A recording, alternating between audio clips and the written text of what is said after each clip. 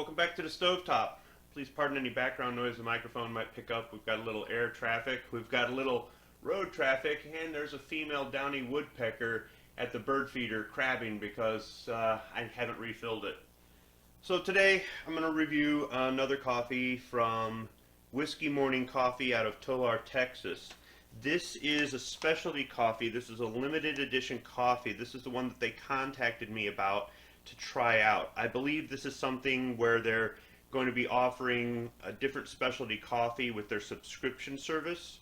So this might not be available as a standalone order. This is their Gringos Cafe de Olla.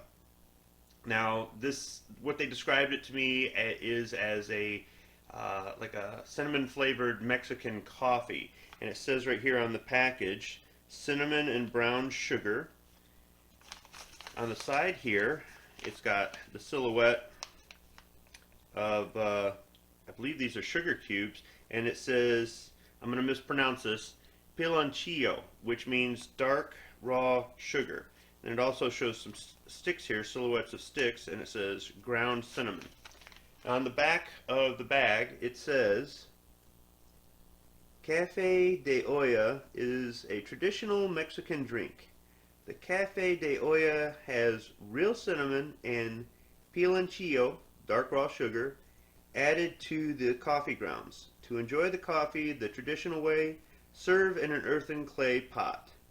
WhiskeyMorningCoffee.com, Tulare, Texas. Ingredients: coffee, ground cinnamon, dark brown sugar. Well, we're not going to serve it in an earthen pot, but we will be having it in ceramic coffee cups. So I'll go ahead and peel back the tabs up here. It's got the resealable tab.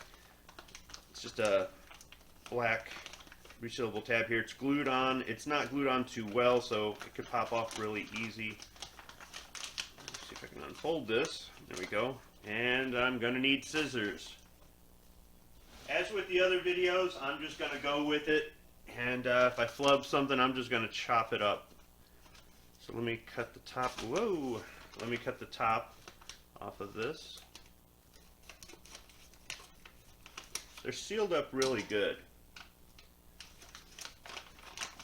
Open up the inside, you can see the mylar on the inside. Now this is already ground, and it's kind of a light brown color. It has some chunks in here. I'm going to go ahead and give it the smell test. I can smell some hints of cinnamon. It's not really sweet though. So as usual, I'll be brewing this in Mr. Coffee. I'll be using reverse osmosis purified drinking water, and I've gotten in the habit of not rinsing the filter, so I'm not going to. I'm going to go ahead and pour this out so you could see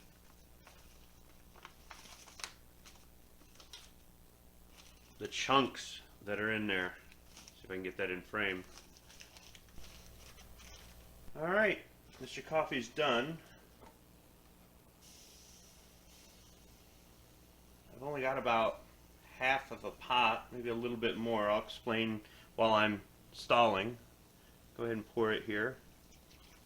Seems to be a medium brown color. You can hear Mr. Coffee over there sizzling away.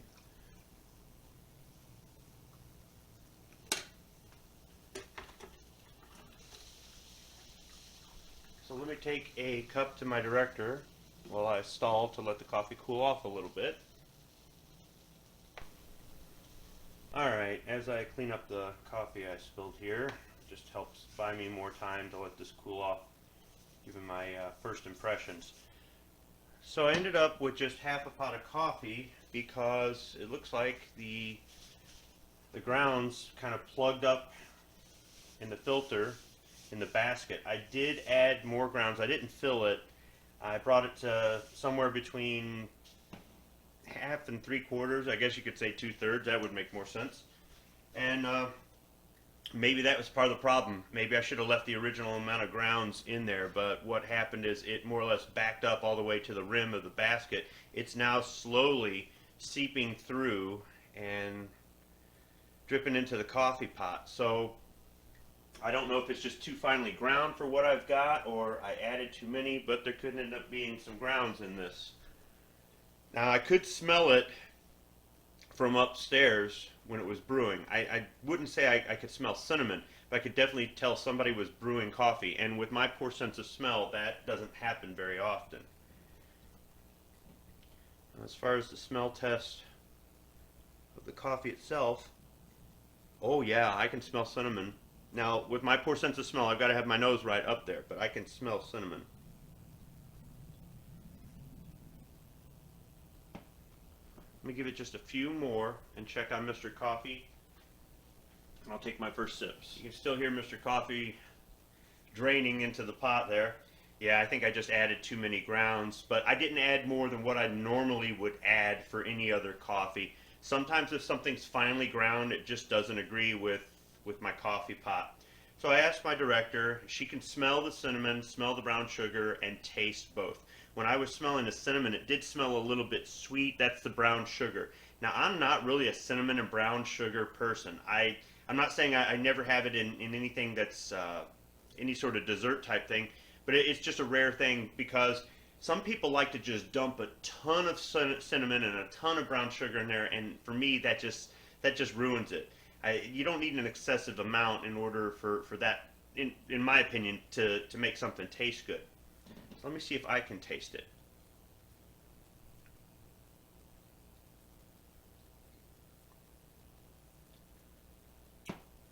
Oh yeah. Oh, that's just right.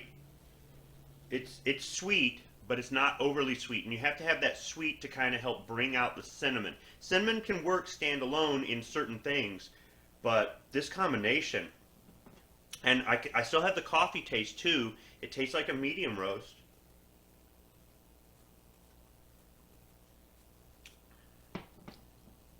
That's good. Oh yeah, I'm getting cinnamon, brown sugar, and a smooth, bold medium roast coffee. I'm not a cinnamon and brown sugar person, but I would definitely drink this. Now, if you're not into flavored coffees, you're gonna have a bias. But if you do like cinnamon and brown sugar, I would say definitely give this a try. Now, the way I understood it in the email, this is something special that they offer in subscriptions. I don't know that they're going to offer this standalone, but Whiskey Morning Coffee, I would recommend that you sell this standalone because I would buy some more. I'm not much of a coffee subscription or soap subscription or any sort of thing like that kind of subscription person, so I know you can save money with this coffee, with the subscription service, and I know you can save money on things like Dr. Squatch if you get it in the subscription or soap subscription service, so it does make sense, and it does keep you from running out of coffee, maybe, but I don't know at this point that I'm ready to try that with any company. So if you have an opportunity to get this, to try it out for yourself, if you've got a subscription and it comes in with the other coffee, I think you're really going to like it. I definitely do. I'm going to come back for some final thoughts and wrap up the video. I'm filming the final thoughts portion of this video in my truck driving to work. Sometimes the audio gets a little bit wonky with this phone, especially if I hit bumps. So you might hear a little bit of distortion. When I was trying to figure out what was going on with the coffee maker, why it's not brewing, why the basket, why the filter is full of water, brown water, and it's not draining down in there, I discovered that the pintle or plunger or whatever you want to call it on the basket, on the bottom of the basket that goes, that connects to or